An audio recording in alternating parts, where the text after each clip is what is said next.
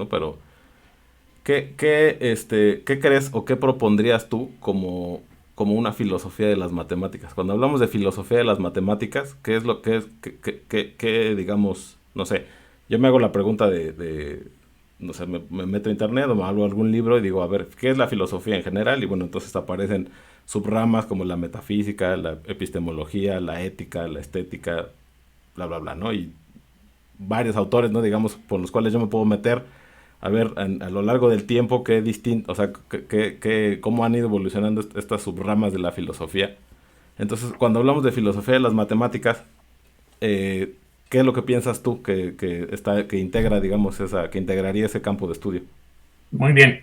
Esa es evidentemente la pregunta principal y fundamental. ¿De qué se trata la filosofía de las matemáticas? Y eso no puede empezarse a estudiar si uno no define al menos parcialmente de qué se trata la matemática. Entonces uno no puede decir la matemática se trata de procesos de deducción. Es una Ujú. parte fundamental de las matemáticas. La matemática no trata de procesos teoremáticos. Es una parte, pero solamente una parte.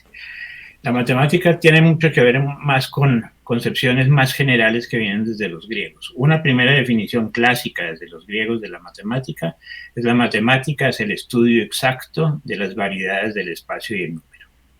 Eso es una primera definición muy clásica de la matemática. Veremos que hay muchas otras interesantes, pero esa es una primera definición muy clásica.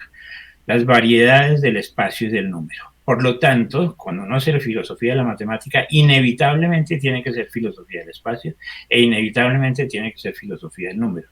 Por lo tanto, tiene que ser geometría y aritmética. No puede reducirse a la lógica, empezando por ahí. Entonces, no podemos reducir las matemáticas a procesos deductivos lógicos, sino hay mucha variedad excepcional. Entonces, la primera es el estudio exacto de las variedades del espacio y del número. Eso ya te dice que inevitablemente tienen que estar ahí metidas geometría aritmética y álgebra, inevitablemente.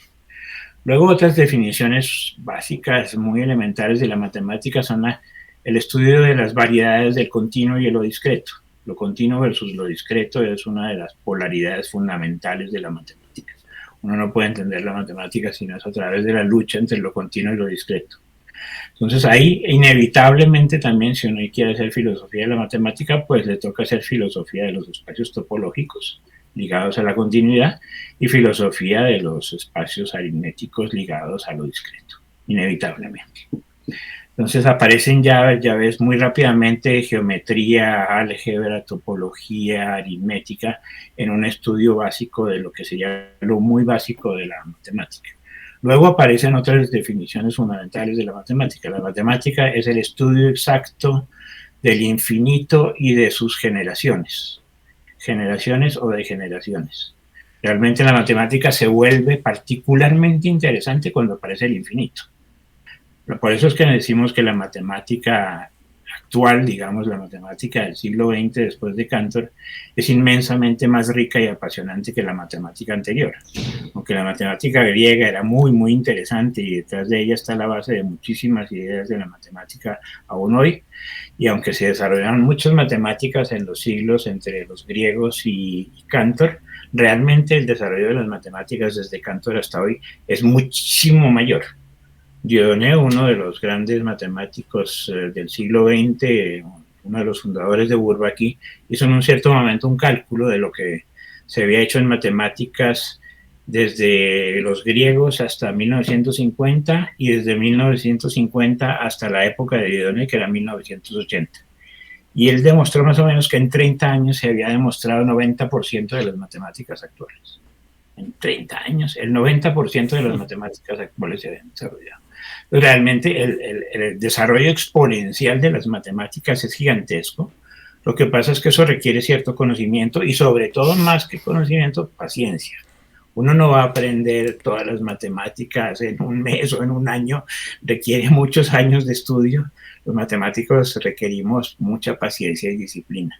Más que genialidad, yo creo que es trabajo, pero mucho trabajo. Entonces, dentro de esa línea, pues ya ves que van apareciendo diversas definiciones de la matemática. La del infinito es fundamental.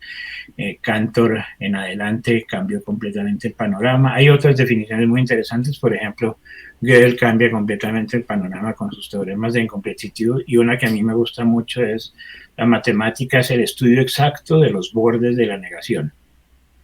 Matemática sin negación no funciona, y lo que es interesante es el borde de la negación, cómo pasamos de lo negativo a lo positivo, cómo pasamos de lo completo a lo incompleto, cómo pasamos de lo lineal a lo lineal, etcétera. Y estos nos, este estudio sistemático de no, cómo pasamos de lo conmutativo a lo no conmutativo, todos estos nos son los que fascinan realmente actualmente a la matemática, etcétera. Podría seguir con la continuación de diversas definiciones, pero lo que quería señalar con ellas es que una definición lógica ligada a procesos deductivos es una parte muy pobre con respecto a lo que es toda la magnitud matemática. Por lo tanto, la filosofía de la matemática no puede reducirse a una filosofía de la deducción o filosofía del lenguaje, sino tiene que ser una filosofía mucho más amplia.